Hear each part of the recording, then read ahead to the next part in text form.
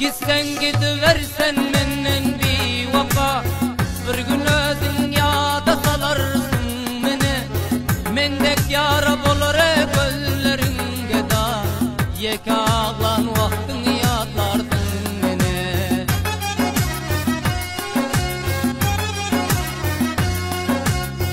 Bu dünyada görmedim ben vapanı, bir senin elinden çektim cephanı. Korkmadın sen, yad etmedin Hudanı, başımda aşa değse yadlarsın beni.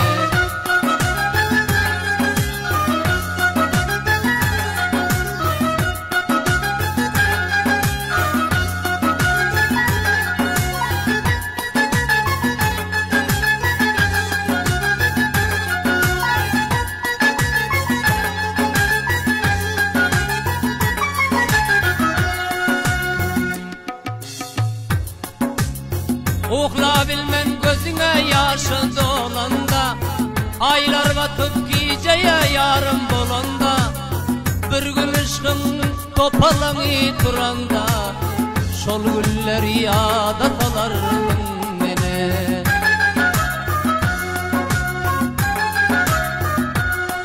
Ey yata bilmen gözlere yaşı dolanda, aylar batıp geceye yarım bolanda, bir gün ışkın topalanı turanda, şol gülleri yada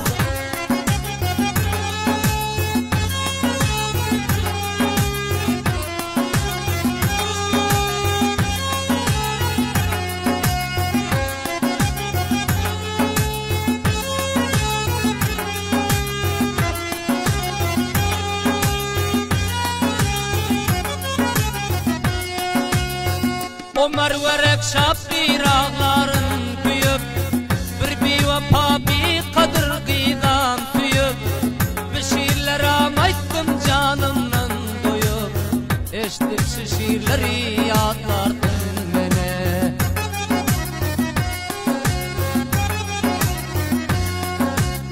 Gitsen